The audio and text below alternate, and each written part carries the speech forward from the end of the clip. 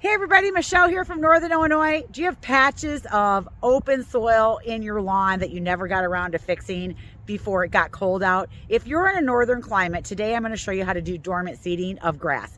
Basically, it's the practice of sowing your grass seeds in the late fall or early winter months when the soil temperatures are too low for the grass to germinate. We want it to stay dormant all winter, and then it's the first thing that comes up in the spring once it starts to warm up. So come with me today and learn how to do it.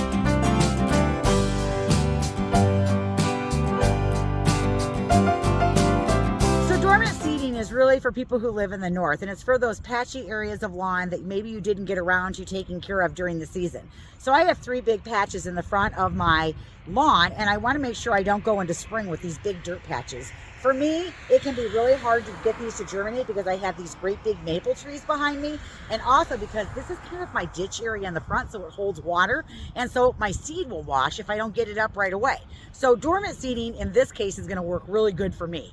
Now I need the temperatures to be cold enough and the ground to be cold enough that I can work the soil to get good seed to soil contact, but not so frozen that I can't work the soil. Now I suppose you could always go buy like a bag of topsoil and thaw it out, like if you bought it and it was frozen, and then put that down and rake it out and put the grass seed on top of that. I've done that before and it's worked if you're doing a smaller area. For a larger area, that might get kind of expensive. But if you catch the timing right, this works really good.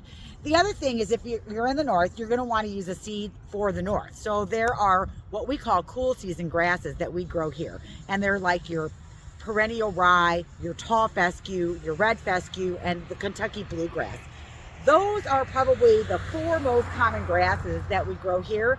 Now, I like to have diversity in my grass so that if I get some kind of fungus or disease, it's not taking out my lawn. So I will always use a blend of different grasses when I'm getting ready to dormant seed. Now, I am going to use a hard rake, and I've got my little hard rake right here. I'm going to break up the soil with this, and then I'm going to make sure that I evenly spread my seed down, whether I'm going to do it by hand or I'm going to do it with a broadcast spreader. But I am going to use a sun and shade grass seed mix, because the area that I'm putting this in is both shade and sun. So this one here has got Kentucky bluegrass. It's got an annual ryegrass that will come up really fast while I'm waiting for everything else to come up.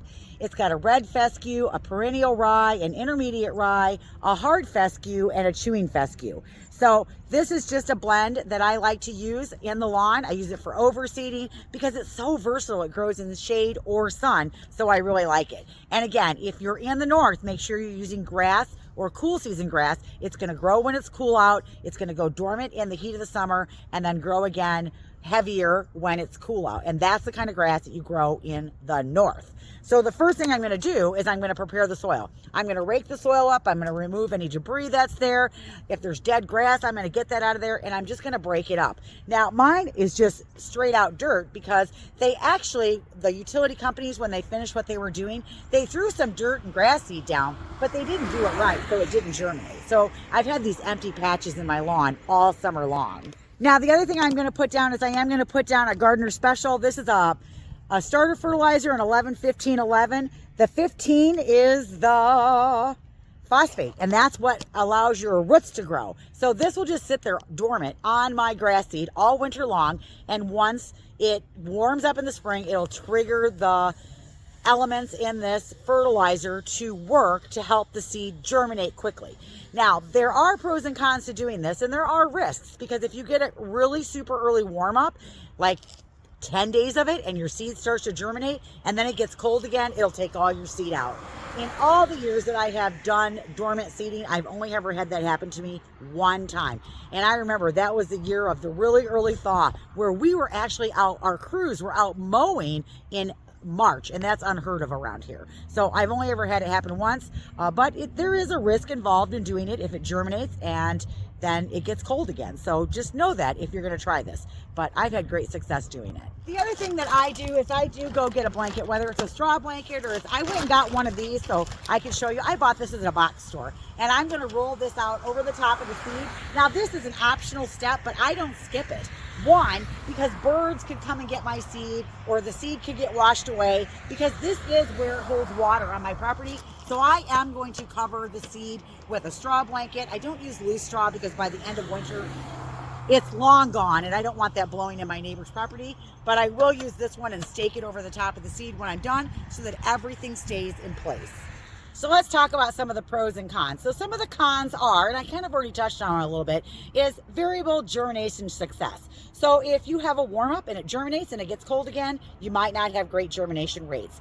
Also, you could have the risk of seed loss if you don't protect it, wild animals getting it, or if you get like a gully washer and it washes it out on you, that can happen too. Unpredictable weather during the dormant season, you don't know what's going to happen, so that can be a con as well. And also it might not fill in as thick as you want it to, and you might have to reseed it even though you did the dormant seeding in the spring. The other thing is you can't put pre-emergent down. Like if you fertilize your lawn with that early spring fertilizer and then it's got that preventative in it for crabgrass, well, guess what that is? That is something that stops seed from germinating because you don't want that annual crabgrass to germinate. So if you put that down in the areas that you dormant seeded, guess what?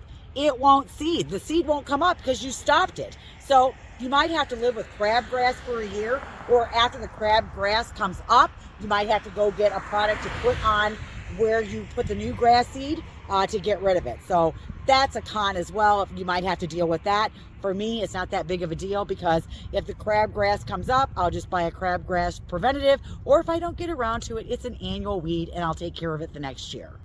I think that there's way more pros than there are cons, and I think it's worth the risk to do it. Think about it. You get the seed down, it's all ready to go, and once the conditions become favorable in the spring for the seeds to come up, they're already there. They germinate really fast, they're ahead of everything, and I don't have to worry about when I'm so busy in the spring getting out here to do it.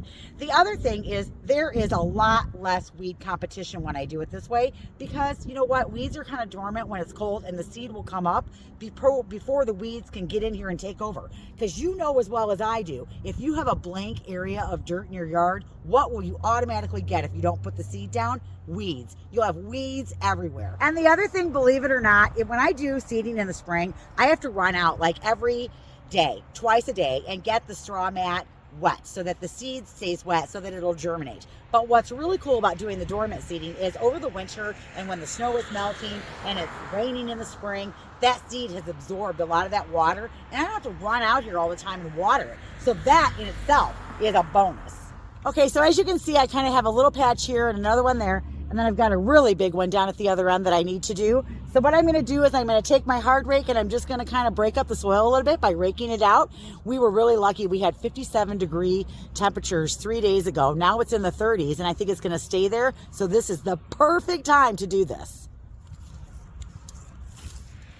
You definitely don't want to skip this part and just throw it down on dry, compacted soil because you won't get good seed to soil contact, and you need that for the seed to germinate.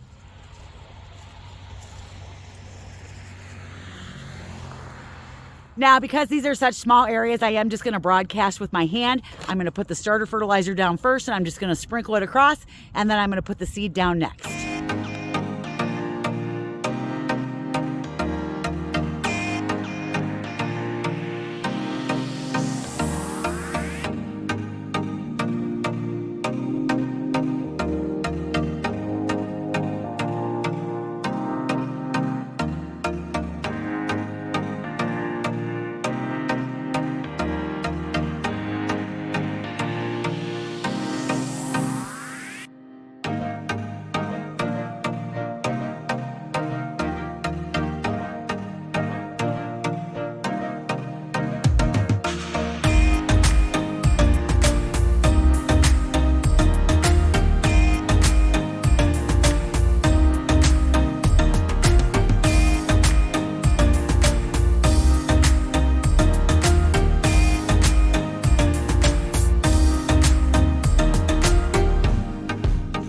With these little plastic stakes, but I think I'm going to use sod staples instead. I think that these work a little bit better and they're easier to get in the ground, so I don't know, I'll save those for something else, and we're just going to get this pinned down in all the different corners.